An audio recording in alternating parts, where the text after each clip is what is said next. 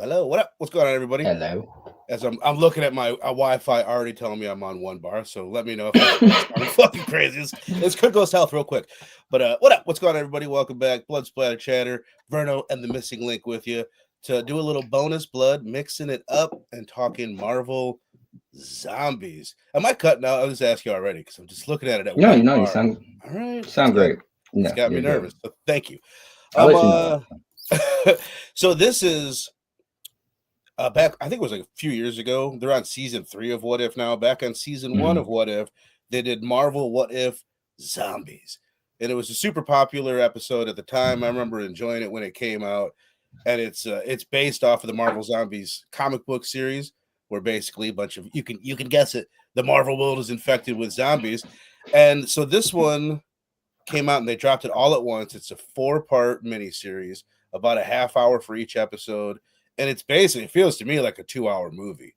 They're definitely, Yes. They're in episodes, but they could have easily just put it together in a 2-hour movie. And I will say, I'm a little bit, let's start here before we really dive into it. I'm a little bit out of the game, a little bit checked out. You know what I mean? Of the Marvel stuff. I haven't watched the last couple movies back to like the new Captain America movie. And I'm someone that likes the idea of having Falcon as Captain America, Anthony Mackie, but I still haven't gotten around to it because I haven't heard anything good. I've heard great things, obviously, about Fantastic Four, but haven't seen that. Haven't watched the last few Marvel TV shows either, and I'm 100% checked out of Marvel Comics. You are still in the game for the most part, or you're reading. But yeah, I'm not as passionate, but I was just thinking of it. I was like, I haven't missed anything yet. Like when they come around, I check them out, but I'm not, as finger on the pulse as I was. I think as most people were a few years ago. For sure, dude. And it's like, I don't know, like, well, I'll start with my bit of a review on the show. Right when the show opens up, I'm said in my post, like, it took me a little bit to get engaged with the show. And then by the end of it, I was like, that was pretty badass. And then I watched it again and I enjoyed the whole thing for the most part. But right off the bat, like, you see who the cast is going to be. And I'm like, fuck. I'm like, Kamala Khan, cute, adorable, don't get me wrong. I watched the first couple episodes, thought the actress was great, but I don't honestly don't really care that much about the character. Riri Williams, Lionheart. I'm like, fuck, I definitely did not watch that. I know you're good. That was good. Ironheart was proponent of. So yes, that was my take right off the bat. It was like, well, I don't know how much I care about this. And Kate Bishop, I'm like, oh, okay, I love Kate Bishop. That's one of my favorite like comic book characters. Thought she was great in the Hawkeye show. Like one of the best new characters that Marvel has introduced. And then, spoiler alert, they do kill her first out of that group. But even then, when they go and they meet up with another batch of people, it's like, okay, it's Shang-Chi and his friend. I'm like, okay, that's kind of cool. And then it's Alexei, Black Widow's dad, Black Widow's sister, Zemo. And I'm like, okay, so this is our group. And like the first time going through it, I think I was just bummed out. Like, where are all like the more big name people that I would be into? And then looking back at it, the first episode in the original one, they kill Iron Man, they kill Captain America, they kill Black Widow, Hawkeye is a zombie, and it's like, oh, okay, all right, I'll let them slide a little bit. And that's kind of what it was. By the end of it, I was kind of bought into most of the characters that were there. Still didn't fall in love with all of them, and I kind of understood, like, okay, I guess they couldn't really do what I wanted, you know what I mean, with all the big names in it. Yeah. But even the other thing that I kind of had an issue with that I didn't by the end is like the scale of everything. I don't know why. I expected it to be like not so superhero-y right off the bat. You know what I mean? I feel a little bit more like part of the reason why I did it when they put out the preview was like super horrific. And it was like it looked like it was going to be a really, really dark show. And it is, but it's also very, very MCU.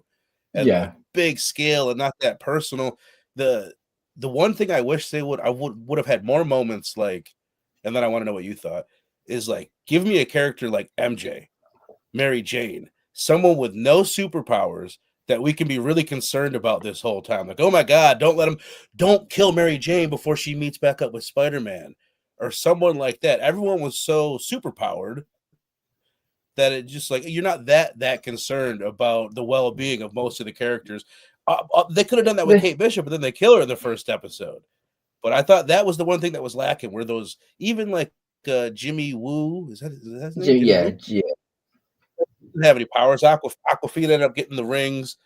Katie, and I don't think they really used that enough to where you were worried about the underpowered or without powers in the series.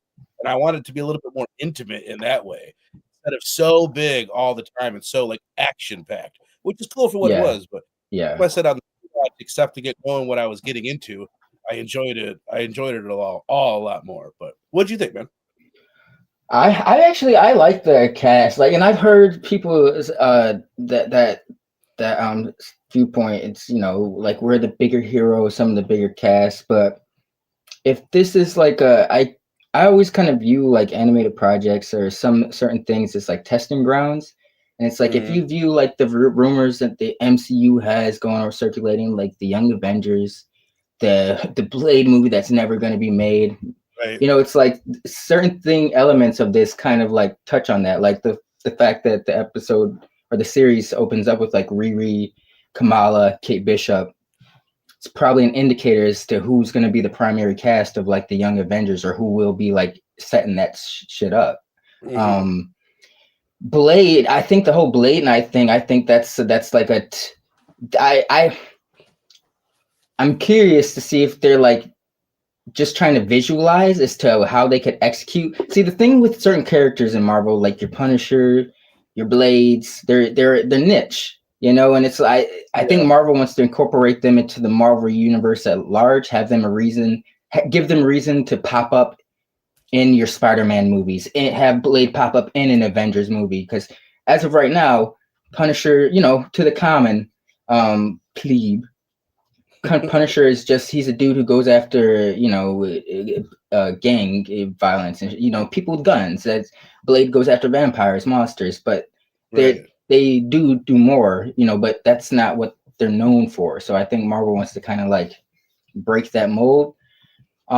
And then with other characters, I like that they were given a chance to shine. Like, you know, Jimmy Woo, he is kind of a fan favorite. It's, you know, it's cool to see him back.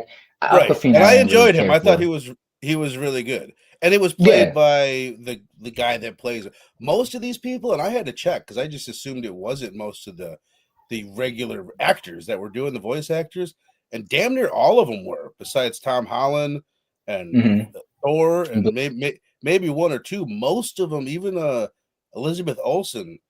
She was playing Scarlet Witch. Damn near everyone was played by the actual actors, which was great. What up, Sal?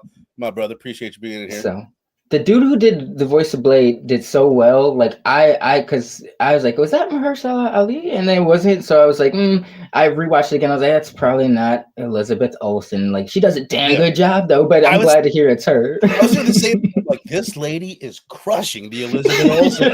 I'm like, I can't believe how good she was great. She's one of my favorite like characters in the MCU, and I think she might be the best, or at least my favorite actress out of almost anybody in the MCU, aside of maybe like Robert Downey Jr. She's incredible, dude. She's got great range, bro. Yes. Yeah. Have you ever seen Wind Hunter? I mean, not to go off time. I'm not.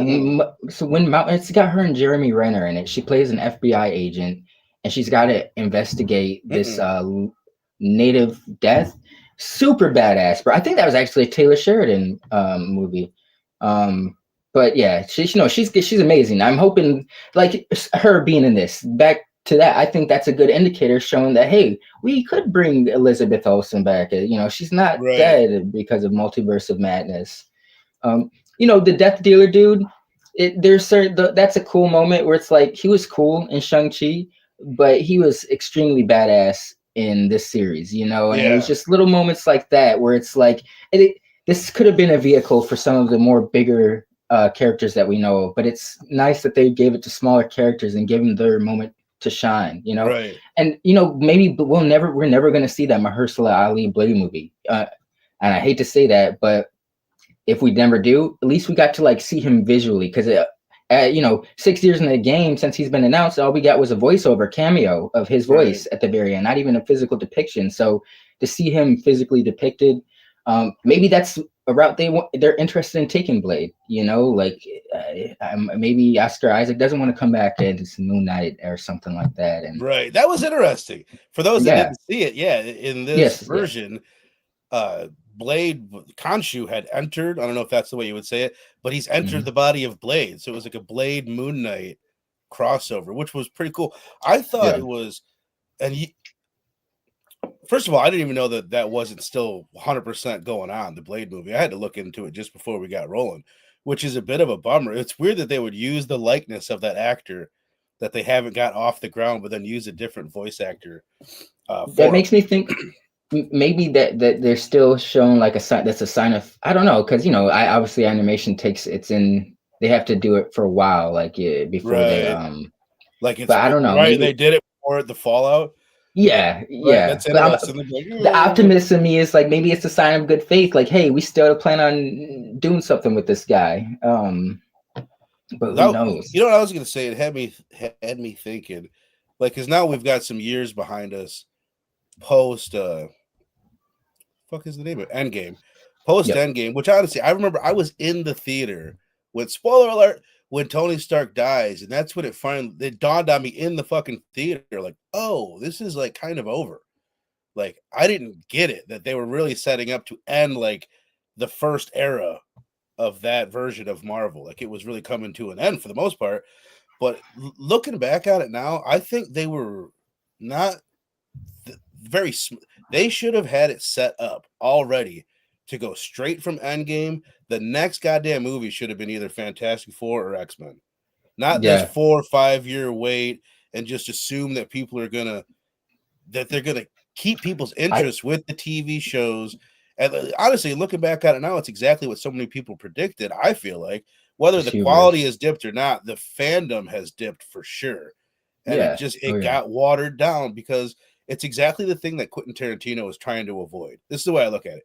Quentin Tarantino wants his nice 9-movie, 10-movie catalog, and people can be like, God damn, look at that. That's solid, There's a quality to it. And now you look at Marvel, and it's gotten so like there's so much variance in the quality that my idea of the whole thing is tarnished. The brand from some of the shows that have lacked. And same thing with Star Wars, which everyone knew would happen, but at the time I'm like, give it to me. It's Marvel. They can do anything. They can make me love Kamala Khan. And that's you know what I mean? That's the thing. The hubris. I think there was a hubris in Marvel where I mean, it's hard not to have gotten that type of confidence. They had a 10-year streak. They had a 2-year run where they had released 6 movies, and only one of those movies didn't make $1 billion. And you know what it made? It made like $900 million. So it was might as well have been $1 billion.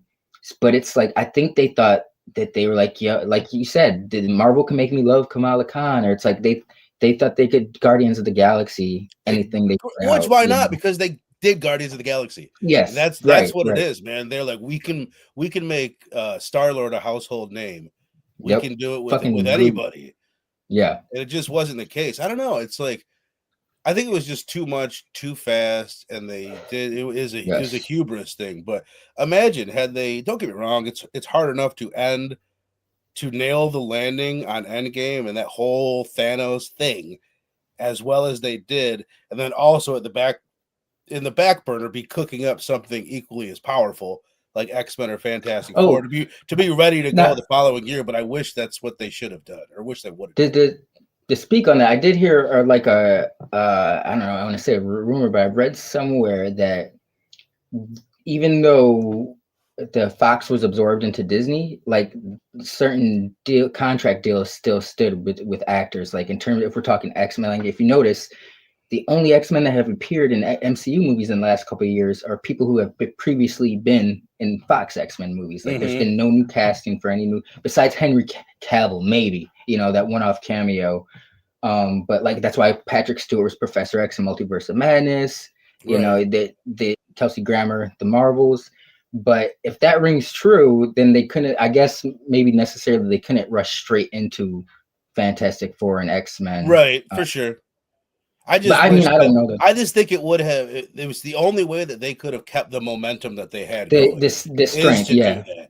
They should. I mean, if they could have came right out and a year later, we've got an X-Men movie where mutants turn mutants because of the snap. Of the Thanos That snap, yeah. it just would have rolled. It would have been so fucking, in a perfect world, that's the way it would have played out. Yeah, But I agree. let's get back into the Marvel zombies. Run through the cast. I'm just gonna name off who we got just to remind us all, and then I want to talk about some of your favorites or some of your least favorites or whatever. So we've got Kamala Khan, we've got Riri Williams, Kate Bishop, Blade, Alexei and Yelena, Shang-Chi and Katie and Jimmy Woo. We get in episode 3 Spider-Man and Ant-Man's head, Scarlet Witch, a little bit of Thor, a little bit of Valkyrie, Zemo, I think is fucking and then there was some other lesser ones sprinkled in, but I felt like it started on the rewatch, especially started pretty damn strong in the first episode. For me, I think my least favorite episode was episode 2, where I thought it dipped a little bit, although it was still pretty cool. And then it came out banging in 3.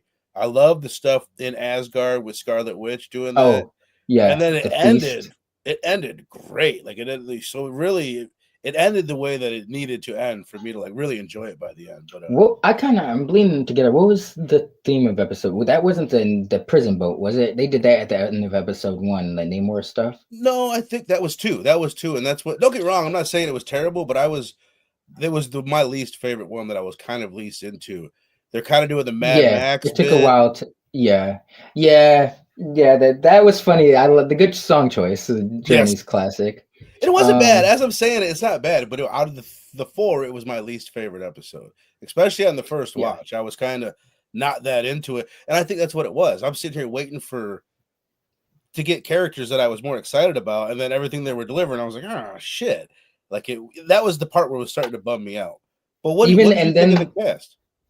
Oh, no, I had loved the cast, man. Like you were saying, like if it wasn't voiced by the actual actor, they damn near Death Dealer sounds just like the fucking dude in the movies. He doesn't say a damn thing. Even Scott Lang, Ant-Man was done by Paul Rudd. Like everybody, almost everybody besides Thor and Tom Holland was voiced by the regular actor. And Blade, the Blade down. Tom, what up, man? Says, what up, boys? Horrific flicks and comics here. Hope you guys are doing well. Hell yeah, man. Appreciate you being here, Tom. Sal saying the Pym particles going haywire with the giant zombies was a cool sequence. Hell yeah. I love the opening. Yeah. Hey, let me ask you a question, and I think I have it answered. Was that Hank at the end? And I know we're jumping ahead. In the like climactic battle, was that Hank Pym and Janet Van Dyne that were giant other than Hope? Because I'm like, who the fuck are these giant people? But I think there were a lot of times where it wasn't clear to me who the zombies were. Like outside of like Captain America, I think they kind of underutilized, being like, oh my god, Iron Man's trying to kill us, or Hawk. They did a little bit with Hawkeye. That was something. Oh no, that was. I wasn't always clear about who they were. It confused me in the beginning and the opening, because there's like some giant dude, like what happened, and then he gets attacked by a giant zombie. I'm like, how did he get affected? Like, is it just some scientists? I guess because Sal said like the Pym lab was going crazy with the Pym particles. People were just getting right. So it's just people raiding the lab or something. Or was that Hank Pym when Spider-Man's on his head? He goes, "Stop hitting yourself! Stop hitting yourself!" Yeah, that's it. Yeah, because remember, at the very end, Blade was the one to kill, because they try to shrink and go at people, and like Blade cuts his ass really, fine.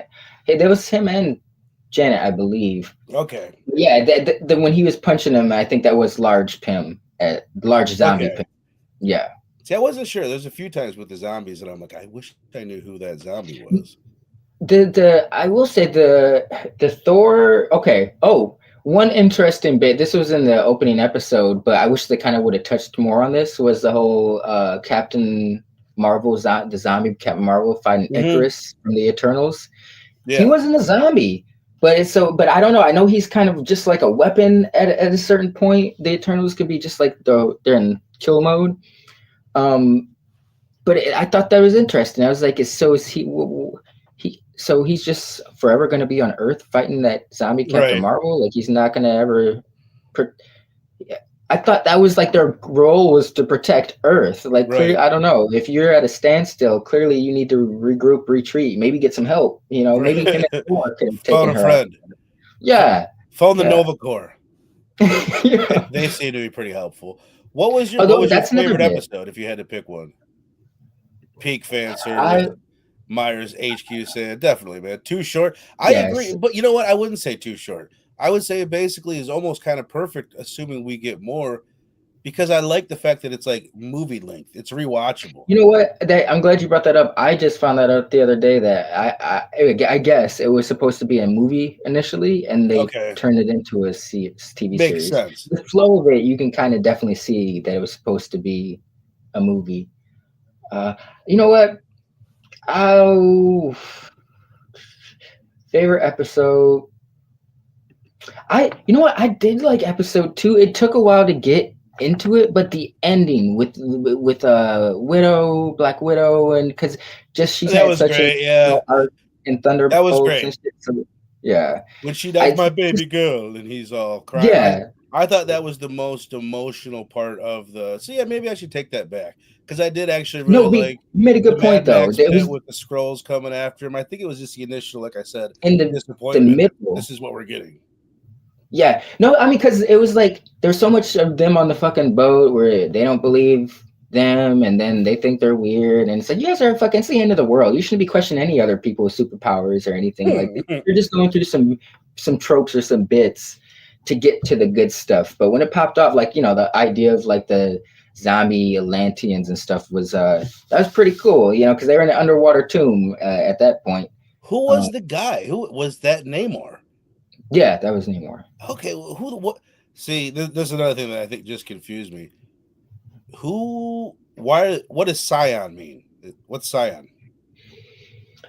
Now, I've heard of this term quite a few times. I've never been quite sure, but I'm guessing like I'm assuming it's like a spokesperson for some sort of power. I've only heard in terms of like magicians and sorcery and stuff like that. Hmm. So maybe like a representative of someone's power. Like I guess Blade would be a scion of Khonshu, if Okay, I'm see, interpreting I that thought correctly. and I went and I put the closed captions on, and like Scion is capitalized, capital SCION, and she says Scion. It appeared to me that she was calling the thing that I thought was Namor Scion. Now, I guess spoiler No, alert. I haven't seen Fantastic Four. Does Namor show up in Fantastic Four, or did he show up in? Has he been Wakanda, in anything yet? He was in. Wakanda He's Forever. mentioned in Wakanda Forever. But is he? No, he was in it. He was in it. Oh, okay. Yeah, he was in Little it. mustache and shit. Yeah, he had the nose piercing, the mustache, the Okay, goatee. okay. I knew I'd He seen him didn't do before. any I don't really lines. remember Wakanda Forever that fucking well. But okay, that confused me. No, he didn't have many lines. But that stuff was cool. They did some cool, like my man said a few minutes ago, fan service. The fan service was great. The last bit. Oh, then okay, the Hulk shit. I didn't really necessarily understand all of that. Like, why did Black or Scarlet Witch want his energies? Why was he just kind of chilling to begin with? Like, The way if I he, took it, well, no, maybe I think I understand it a little bit. Is he the blast from the Infinity Stones blowing up? Right, was going haywire, and he was absorbing that. Right. yeah, but So he was technically he's got the power, right? So right. can he just fucking snap Scarlet Witch and the zombies? I mean, he was. I guess, yeah, it's a good point because he was doing a He's little doing like Avatar shit. He's doing his blasted. airbender Yeah, shit. he's doing some airbending, but then she like sneaks up on him at one point because he did blast her at one point. But Yeah. yeah, I don't know. I guess she needed to stop him because he was what was stopping her more or less. I don't know if she needed that power for something else. I thought it was so cool. I really really loved the moments and all the chaos in the final episode where like all the noise cuts out and it's just Scarlet Witch talking to Kamala like help me, help us, and then you've got the other zombie voice saying help us. Like that was really really fucking cool. I love those You know, moments. There was a great jump scare moment in episode 3 where they're at the fucking feast and she's like, I don't want the thing, Kamala. I want you. And she like just zombies morphs, bro. I'm like, oh fuck. Great. Kamala's reaction, that would have been my reaction. Only I would have fucking screamed. But dog, that there was something I wanted to ask about the last battle. Would you have appreciated like someone like Spider-Man being included earlier on? Do you think they could have?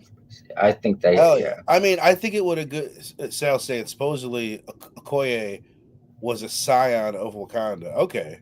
Yeah. Oh, is that who they were calling scion at that moment? Okay. Now, Hulk's role felt like a callback to Endgame. He's the only one whose body can maintain the power. It also, to me, reminded me of bits of Immortal Hulk when he goes all like cosmic and shit and some of those. Like, it reminded me of that. He probably has at other points in Marvel history. But hell yeah, man. Good point, Sal. But no, I think that it's someone like Spider-Man. I mean, maybe it's because of Sony. They couldn't use him as much, but I think I'm sure they could. I think they just didn't. I think they wanted to establish. I guess this is part of what, like, my initial what's going through my head is. They're saying, like, to me as the kind of disaffected MCU fan who's being like, "Come on, give me stuff that I want." They're like, "No, you take what I give you. This is what we're doing right now. We're doing Kamala and Riri. You fucking eat it. Here's your spoon." And that's kind of the way that I felt about it, but. I do feel like they used it as like, oh, if you get 3 episodes deep, this is for you, fans that aren't following what we're doing right now. Here's Thanos, here's Black Panther, here's Ant-Man and Spider-Man. Like, yeah, I do wish they would have started with that, or just like I said, man, I think that idea would have worked. Have MJ rolling with those girls, and she's got to get to Peter Parker, and that's a big part. That would have been cool. Someone to protect that everyone already does like. For the most part, I assume that most people like. I like MJ. No, yeah, I actually think that would have been a nice addition to the trio because it would have been a nice connective tissue, and then at the same time, it would have been like a cool little moment for Peter and MJ to reunite if they would have. That would have been really neat, actually. Man, I see, and then it's like the stuff with the Nova Corps. I feel like that's like they're seeding ideas.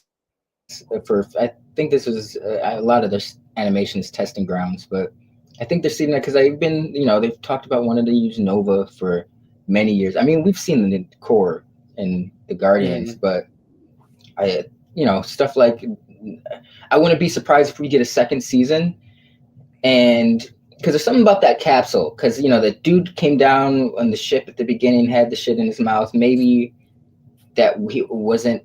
Maybe there's something in that capsule that's like, I don't know, that activates the Nova power. I don't know, gives them the Nova abilities. I wouldn't be surprised if we, what capsule? Are you talking about the little shrunken down thing they're carrying around the whole time? The SOS thing. Okay. I think there could be something more to it than it was just a beacon. Because it's like, well, I mean, the dude could have flown to space and then got shot down just like them. But I don't know. I wouldn't be surprised if we get like a Nova in season. Speaking of, I think there will be a season 2. If there isn't, it's kind of gnarly. That kind of left off, and that's a nice little horror ending. Totally, but I agree with that too. I want a season 2, man. I think they built They set it up. Unfortunately, it's getting pretty mixed reviews right now. Not bad. I think it's at like a high 60, low 70% on Rotten Tomato with a little bit higher like user score, like fan score or whatever. I don't know how they're doing. I don't know. What have you heard? Nose to ear. It's been divisive. What are you sniffing? Nose to the ground. What are you smelling over there? I mean, I have seen divisive things, but a lot of people's complaints to me, it's saying, I guess most things usually are bias, or bias plays into it, but it's like, it comes down to expectations, and some people aren't even being realistic. Like, they're like, this should have been a live action project. Like, bitch, what reality do you see Robert Downey Jr., Chris Evans, and the whole Avengers cast coming back to do an hour and a half Marvel zombie movie? Right. We don't live that reality. That's not realistic. That was never going to happen. And then some people are like, it should have been an adaptation from the comics, and it's like, I get that, but once again, that could have been a little. Even when DC adapts, they'll adapt the the Batman Killing Joke, the animated version. It's not a verbatim thing rip off from the comics. Right. Now it's similar to the story, but I just think that's a little boring creatively to do that page for Totally. page. I don't like that, especially with something like this. What up, Jace? Appreciate you being here, man. Yeah, like change it up because there are so many people that have read the stories. Don't take the straight. I mean, Killing Joke is a little bit different, maybe because it's a classic. I could kind of see being like, oh no, let's get this down in a movie form without taking too many liberties. But I don't know. You've been posting all week your different runs of Marvel. I didn't realize just how many different times Marvel had come back to this idea and given new versions of it or whatever, different takes on the Marvel Zombies. First thing, are most of those series that you were posting or that are in the Marvel Zombie series, do they maintain continuity or is it a bunch of different like versions, takes on the Marvel Zombie idea? I guess I'd say it's like half and half. Robert Kirkman did 2 volumes, I guess, like Who 2 5-issue. Yeah. Mark Miller created the idea, but Kirkman developed the mythos and the branding of Marvel Zombies. Post Walking Dead. Yes, it was like 2 years into Walking Dead. I think was 2003, and Marvel Zombies was 2005. Yes, Jay. Sorry, like we're talking about the entirety of it. We'll be spoiling some things for you, buddy. Yeah. Sorry. Tom says, personally, I really enjoy when Marvel takes swings like Werewolf at Night, great fucking call out, and Marvel Zombies. I'd love to see more special presentations like this. I agree, dude. I think they should do more, tackling different genres like this. Like this is their first TV mature thing that they've done. Now, I'd like to see more like this. My only gripe, and I guess this kind of ties into, I think this is what some people are, I think it came out the wrong way. Them like it wanted to be exactly like the comics is, I don't think every animated thing they do needs to tie into the MCU. Like they need to step away from that. Like, this is like because clearly this is based off the MCU, the likeness casting, and it's like they got the Thanos zombie snapping and shit like that. Not every animated project needs to really tie. I mean, I think X-Men 97 is proof of that. Yes. Great point. They were kind of tied into it with this because correct me if I'm wrong, What If is it's like Marvel MCU What If, right? Yes. Yep. Right. I think they're trying to go for the largest. In their mind, that's the way to get the largest market, is to market the MCU fans because that's where they have the most people that can follow along, right? And you could do that, and I understand. I definitely get that, but it's like the whole season. Like there's one episode of What If where it's like, what if Nebula joined the Nova Corps? I'm like, who the fuck ever asked that question? Like, I don't think that ever popped in anybody's head. Like, that's not a story that needs to be told. What if Scott Lang was left-handed? Yeah. Like, if it's that stagnant, it's like, okay, have your MCU what ifs, and then have like maybe 2 MCU what ifs, and then one's like an adaptation of a comic book or something like that. Because you can have a middle ground where it's like you're adapting the comic storyline, and maybe you're someone who's never heard of that is going to watch that episode and be like, oh, I want to read that. I want to read the actual kind of like what DC does with their animated things. But I do think that it kind of puts them in a box creatively when it's like everything's got to be within the MCU. Or why not just have it be a variant universe that's nothing? It can be within the MCU, keep the branding, but it's just never an MCU we've ever seen before. Like it's not, you don't have to have them in the MCU costumes. I was about to say like you could have even put X-Men in this, but yeah, I think they want to stick with nothing's in here that you haven't already seen in the MCU. It takes me back to like years ago, man. Like my buddy that really got me as an adult into comic books again. He was the one friend that I had that would occasionally hand me something. Like, dude, check this out. Check this trade out. And his argument would be, and this is as I'm getting like really into the MCU, and I'm, this is the most I'd been into movies in a long time, especially like obsessed with something. And Right. he was talking up DC. Is like, I like what DC, the idea that DC would not have to have continuity with everything. They can have their own separate projects. And I was like, you're crazy. That's what makes the MCU so cool. Because everything connects. And it is, in a way. It is what makes it cool in a lot of ways. But it's just like everything else. Once it gets overly complex, you do get tied into a box, and you are shackled. You can't have as much. You can't make a movie like The Joker in the MCU that's going to be that off. You know what I mean? And that kind of experimental and work. And then you can't make The Joker 2, which is even more experimental and evidently doesn't work, which I haven't seen. The Joker 2, oh god. when I was younger, that used to be like, I was like, oh, I was like, well, why is DC always got to be playing with their continuity? Like, even in the comics, you know, the continuity is ever evolving, you know. It's part of the story itself. The overall DC story itself is the continuity. But now I kind of appreciate that, because it's like you do lose certain things in the process of trying to reboot or introduce new continuity every couple of years. But at the same time, nothing ever really it's never going to get stale, because you're pigeonholed to this strict set of rules or everything that's been, you know, Marvel's. And I've said this before, but they had themselves 10 years ago with Jonathan Hickman's Secret Wars. They had a nice chance to kind of reboot. They had never done a reboot, you know. Anything has always been like retcons, lukewarm shit. They had a nice chance to do a line-wide reboot, and they pussyfooted around it, you know. And it's like, they are going to get to a point where it's, I mean, it's comics. They've gotten this far, but I do think eventually it's like they're gonna get to a point where it's like we gotta reset everything, you know. People know the characters enough. We got to tell new stories. We can't be withholden to strict continuity, you know. It stifles you creatively.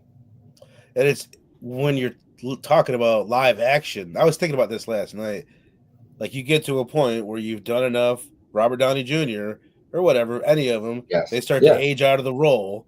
Like, what if recasting Iron Man? You know what I mean? Because that would be the other option. Either reboot the universe in live action, which I don't see them doing, or recasting, which I don't see them doing. So their other option is you just move on from all, like, it kind of like something that kind of like bugs me when you click on Disney Plus, go to the Marvel section, and you know, you've got your banner up at the top. And I took a picture of it because it was fucking bugging me. It's Falcon, Scarlet Witch, Black Panther's sister, Shuri, fucking just Shang-Chi. It's everybody. Yeah. There's no Bruce Banner, no Tony Stark, no Captain America, no Thor, no Black Widow. This is what I'm saying, where it almost feels like they're like ashamed of their past, and they're shaming me for wanting to see the characters that I like. Like, no, you're not down with the new shits? Like, that's the vibe that I get from Disney Plus. And the one review that I looked up is just clicked on something where there was a couple of people leaving their comments on it. And people were saying you're trying to shove characters down our throats. Talking about, evidently, a lot of people really didn't like Lionheart, and that was the one that they were talking about. There might just be. I hate to play the race card, but it might just be racist assholes on the internet, because you're getting a lot of that too. I've ran it to a lot of people who are very vocal about that, their dislike of it, and it turns out they hadn't even watched it, you know. So there's a lot of that type of audience for sure hitting on that. But I don't think Marvel's ashamed of their past. I think it's them trying to use the branding to, you kind of like the whole Midas touch thing. It's like, we're Marvel. If we put a character on here, people should be interested no matter what, you know. We don't have to garner. I mean, that's I think the distinct difference, whereas opposed to, I don't think it's them trying to shove shit down people's throats. I think it's them not earning or it like they did with the first wave of characters, like Iron Man. Like, you emotionally were attached to these characters. Even with Guardians, you got emotionally attached to these characters, and not like they just showed up and you're like, hey, they had to earn our love. They had to earn. Plus, she shows up wearing an Iron Man suit, and people are like, hey, what the fuck? I think that's the way with that specific character, people are looking at that. And anytime you have a character that is a rebranding or whatever you would call it of an old character, people are looking like, well, they didn't earn it. Just like what you're saying. I think that's kind of the way, excuse me, some people might be looking at it. I think about this too, though. And it's like, you know, like because of like certain things, like a dude with laser eyes can never be done in another comic book because Cyclops is like the staple. Like, someone in an iron suit shouldn't be withholden to, yes, Iron Man is the most famous, but that shouldn't be in the comics. I will say, in the comics, I think that's the thing is people. That's what I'm saying. Like people who have criticized the show and her being a ripoff of Iron Man. I'm like, did you watch the show? Because they don't even. She's got really no connection to Tony Stark in the show. Like they've made her distinctly different in that aspect of the MCU version. Really, it's a robotic suit, like she's got an AI program, and she's taking cues from Robert Downey Jr.'s Tony Stark because he's like the king of that stuff. But it's not like that's her idol. Like that's Peter Parker's idol in the MCU. She does her own, like she had that internship in Wakanda. Didn't have that in the comics. Like she's more closely associated with Iron Man in the comics. And I think that's what people, and I get that with the comics. That's well, I mean, like the way because I haven't watched it, but just the way it's advertised, you're going to assume she's like female Iron Man. You know what I mean? I mean, she is, but she's not like just like, oh, Tony Stark. Like, I'd say she's more of her own character than Sam Wilson is as Captain America. Like she's not just a sidekick that decides to fill in when the predecessor is taking a knee. Like she's her own. She's doing her own thing. Like she's, I think they got to give it a chance and actually watch it. Hyun, my man. Yes, Marvel Zombies is a 4-episode miniseries on Disney Plus, an animated miniseries based on the MCU characters turning into zombies. Many of them. Appreciate you being here, man.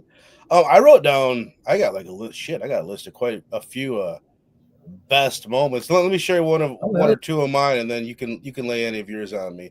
Let me scroll through my list here. We already mentioned Yelena's death. I thought that was the most emotional moment, maybe besides the end, I guess, with Kamala there. But there was one action moment that I just fucking loved that was super cool. Oh, Crawler Cap was great.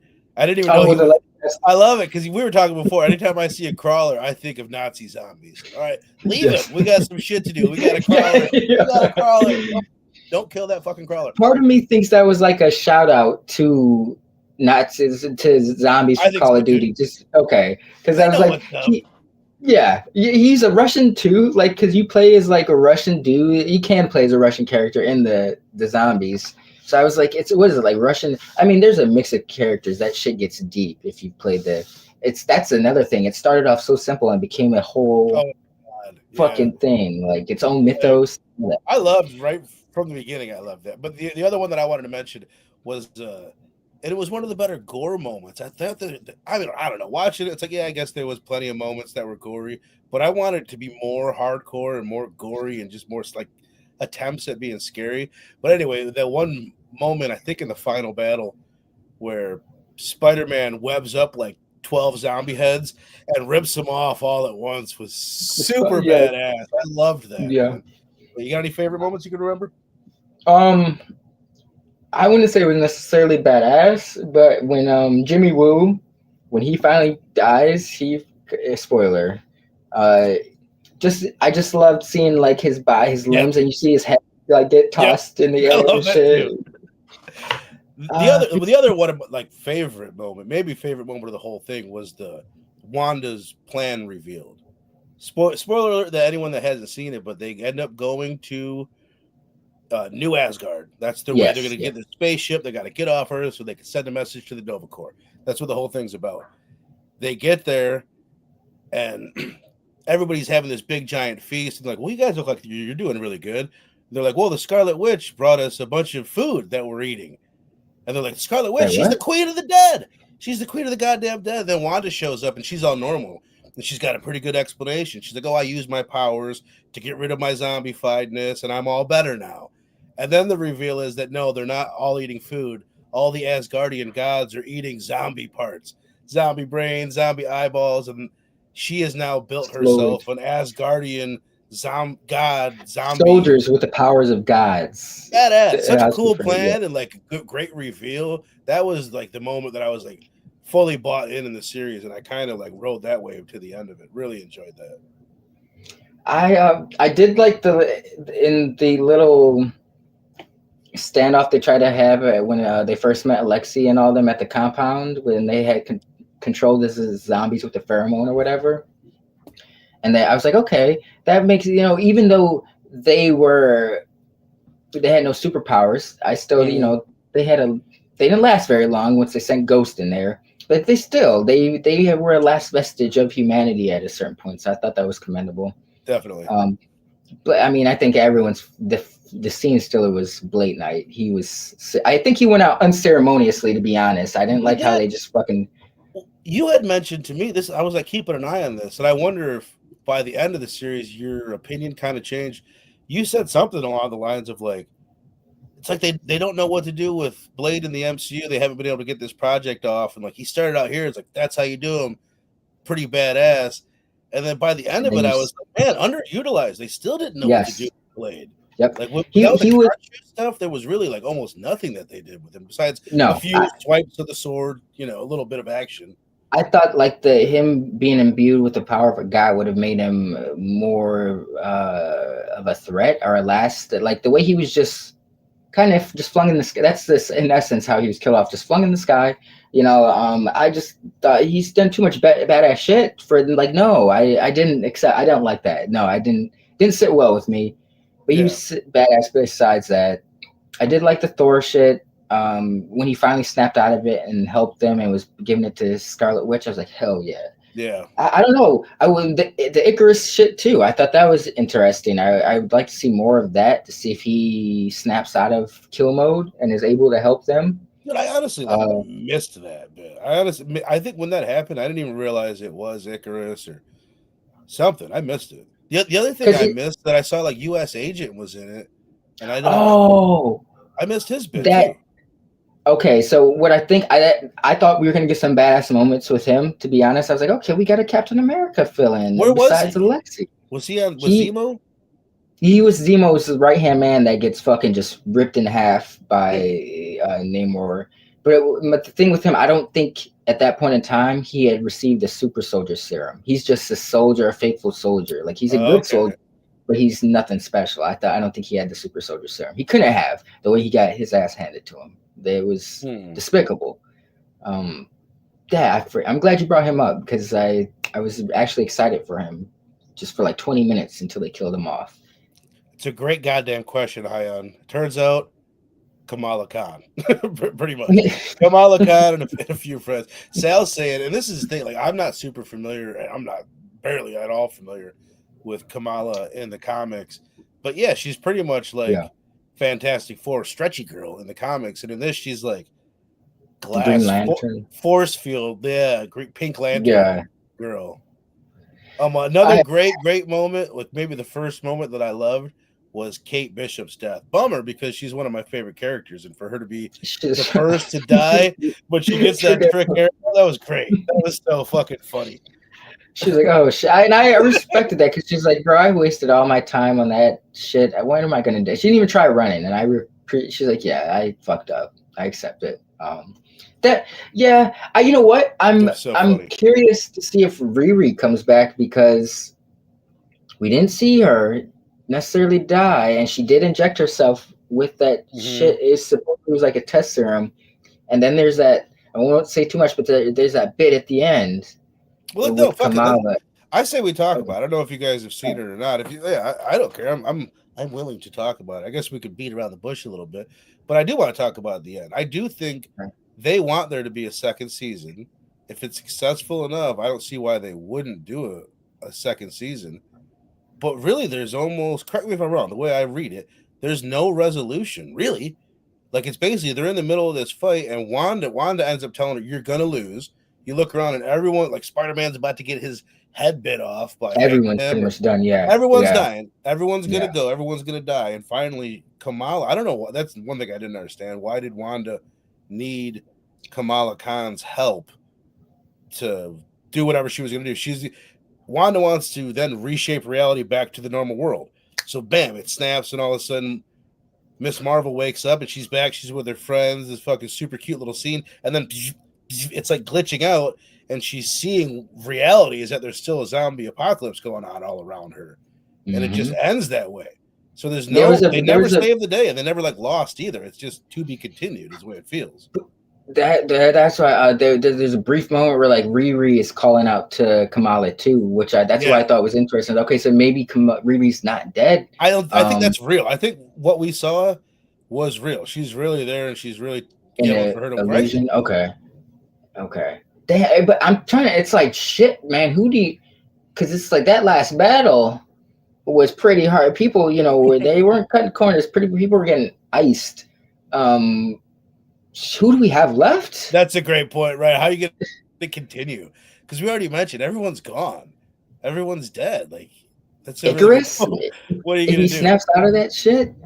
I mean, you know what? If this is why they can't fucking think in terms of like the MCU, because they don't have enough characters. Good point. In the MCU to really. It should be fucking.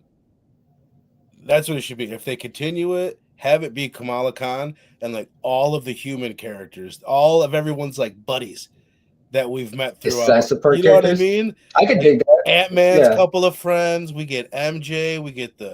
We get what I can't think of his name right now. The guy in the chair. Sick? Do you remember Ant-Man, Michael Pena, his character in Ant-Man, and how he would always recap shit or how he heard something? He was like, "My friend." Yeah. If we got like his character popping up recapping Marvel Zombies, bro, I would fucking lose my shit. Like crazy. She's like crazy big, yo. That would be great. That would be great. I would love it. All right. Well, you got anything? I say we've done our part for the most part. Let's go ahead and again, we'll go back to rating things on a number scale when we get to Cannibal Holocaust this Thursday. But while we're in TV world, let's stick with our letter grade. For some reason, I can do that a little bit easier. This is a tough one. This is a weird one because what do you really compare this to?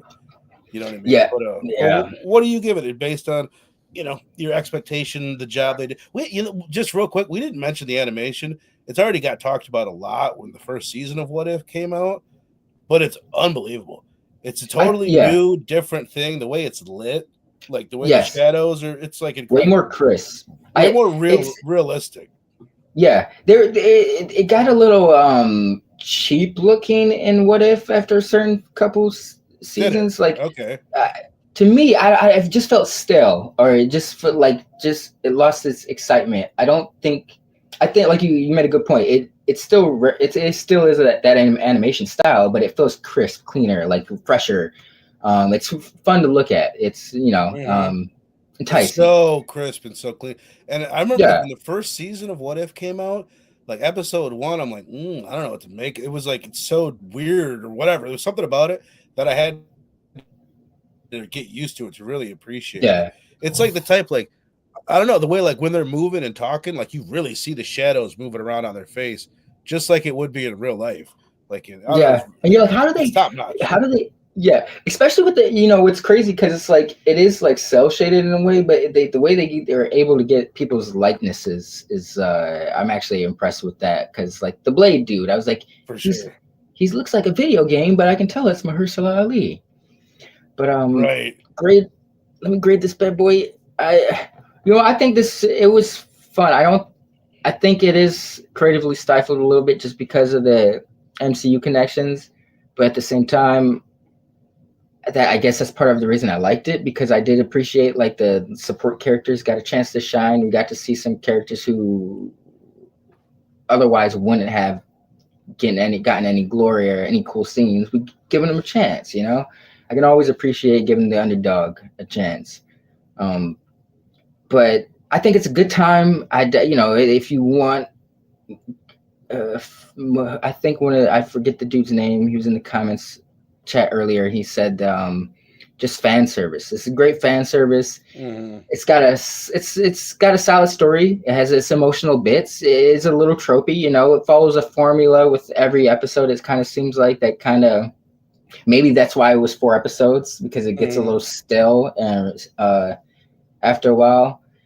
But I don't know, I had a good time. I don't know what I think my expectations were met. I think it could be improved upon in terms of not so many movie connections, but I give this a solid B. Like I could see if they do things right, I could see it improving with season 2. But there is some problems here. But I think it's getting a lot of undeserved hate. It's so easy to. I mean, I get, not that I get that because I'm hating on it too, but I mean, I guess I do get it because my initial reaction was like, "Fuck, this isn't the characters that I was hoping it was. This is what you're going to focus on." But there's enough of them in there. Like I really do. I think Kamala Khan. I think she's great. I really do think that actress is great, and I fell in love more with her through this show than I did through her own show. I would say so. That's good too. To speak on that, you reminded me of something like in the terms of like the whole testing grounds, Young Avengers. Like this is a good way to develop those characters. If they're the primary cast or if anything, this is a good way to develop a rapport, to get people to develop a rapport with these characters before you see them on the big screen. You know, you test it out in shows and have them pop up here and there. So I think they did a great job in that. A lot of this is based on familiarity, comic books in general and stuff. Like the more you're familiar, you're like, oh, if you're like, oh, I get that reference. It's a huge part. Yeah. It's the double-edged sword of comics, man. It's why you got to play to these two different audiences and do that balancing act that they do all the time. I think I'm right there with you, man. I was kind of leaning. I was around thinking of a B+ or a B, and I'll go with a B too because it's above average, I guess. I mean, what the fuck am I really comparing it to? But I mean, I guess if you're comparing it to other like animated movies, which that's pretty much what, you know what I mean? It's kind of easier for me to judge it based on that. And it's pretty badass. There's not another one like this. That's a Marvel or just an animated zombie movie that I would compare this to. I wish, just to kind of repeat some of the stuff I said at the beginning, I wish there was more, like even just one episode that wasn't so big, that didn't like more just like people in a real zombie apocalypse, like afraid for their life and trying to get somewhere, really getting in touch with the characters rather than power blasting and superpowers all as much as it was all the time. Like it's horror. Horror should be intimate. You reminded me of the series called The Marvels by Kurt Busiek and Alex Ross, but it's from like the POV of like your average citizen and like what life is to see these fucking godlike, bigger than life superheroes outside your window every day and shit. But that would have been kind of cool, like to your point, to see like how does your average citizen in the Marvel zombie apocalypse, like what do they see when they see these people with superpowers fighting zombies? And meanwhile, they've got to look out for zombies and superpowered shenanigans and stuff like that. I think that would have been I'm hiding from a zombie and Miss Marvel drops a fucking building on my head. Or shit like that. It is, or just, I mean, I guess with 4 episodes, you can't do too much because then it still does feel like a movie with those 4 episodes. If you take time out and you do that's what I was going to say. So maybe just do 1 episode where it's like a total offshoot. It's doing something else. I don't know. It breaks away from it feeling like it's super rewatchable. This is. Like you could throw this out again, and they should almost do an edit where they put it into like a press play and watch the whole thing, kind of a deal. But Sal's right there with us, man. He's gonna give it a B as well. Sorry, man. This was fun, dude. I'm glad we did this. This was a fun one to do, and we've got a lot of fun stuff to do coming up. First of all, we'll both be over. Link and I both headed over to Pop Culture Philosophers tomorrow night to talk the Slumber Party Massacre trilogy. A lot of fun. I've watched the first 2. I've never seen part 3. I'll be putting it on tonight. It's on YouTube. If you're having trouble out there finding part 3, let me know. I can send you a link. That bad boy is on the YouTubes. This is another one. You never seen this either, right? Cannibal Holocaust? Saving it. Yeah, I'm waiting till the last minute. I want to really be reactionary to this one. You bet, Tom. Thanks for being here, man. Really appreciate it.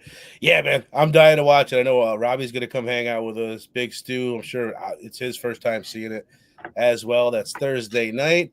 And then, Link, I don't know if you remember this, but we're going to do this next maybe Sunday. I don't know. We might have to call a little bit of an audible on this because I know I'm going to have my wife's going to be working next Sunday and I will be with child. But VHS Halloween, baby. This is coming out. This is coming out on Friday. So we will get together, if not Sunday, maybe Sunday night, maybe Monday before Robbie does his thing. Are you on PCP the following week? Do you remember by chance? I don't know. I think I tried to really space it out, so I think it like Slumber Party. Yeah, I'm not gonna follow me on Instagram to find out for sure when we're going to do this. Blood.splatter.chatter on Instagram. So yeah, VHS, man, they're dropping VHS Halloween this Friday on Shudder. I love doing these. I'm not even like a huge fan of the series. The last one was like my favorite one though, and that hopefully it's trending in the right direction. The fact that all these shorts take place on Halloween is right as October kicks off. I feel like it's gonna be good synchronicity, right? Yeah. You just surprised the shit out of me. I forgot this one was coming out. I'm happy. Yeah, I'll be waiting for this Friday. These are fun to talk about. That's what I was gonna say. These are regardless of how the movie is. I'm sure I have pretty good, pretty high hopes for it. But always fun to talk about. Again, tomorrow night, Pop Culture Philosophers, be there or be square. Cannibal Holocaust on Thursday. Da-na-na. And then next week sometime. Either Sunday night or Monday or something. Stay tuned. We will let you know. VHS Halloween drops this Friday on Shudder. So we appreciate you guys, and we'll see you Thursday for Cannibal Holocaust.